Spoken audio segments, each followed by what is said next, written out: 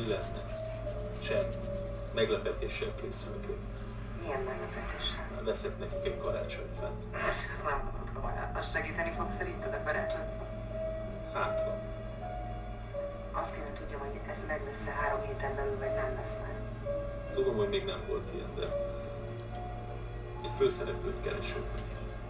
Én is tudom, hogy egy főszereplőt keresünk, csak kérlek szóljál most, hogyha le kell fújni, mert ez kezd nekem nagyon kínos lenni. Nem kell lefújjad.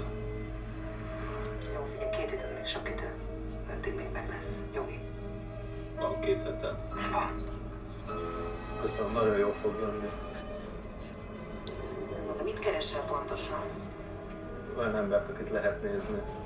Pedig egy olyan nem jött be, akinek hitele van, akiben hinni tudok, szeretni lehet, nézni lehet. De én nekem is meg kell szeretnem, 2 évig fogok nézni valakit, ne viccelj. Ne próbálkozzunk színésszel.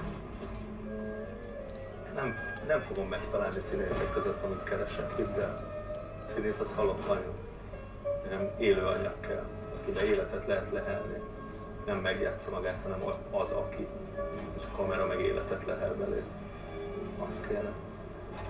Qu'est-ce que ça veut dire la responsabilité que nous avons comme créateur? Il s'agit ici finalement d'un créateur qui est déjà le fond du roman. Et quelle est sa responsabilité vis-à-vis ce qu'il a créé. Et s'il oublie cette responsabilité, ça devient toujours très grave, très très grave. Et c'est ce qu'on a voulu parler. Il n'est pas tellement explicite dans le roman, mais pour nous c'était vraiment le défi. C'est ce qu'on a voulu. C'est un peu sombre peut-être, mais finalement il y a tout de même une consolation.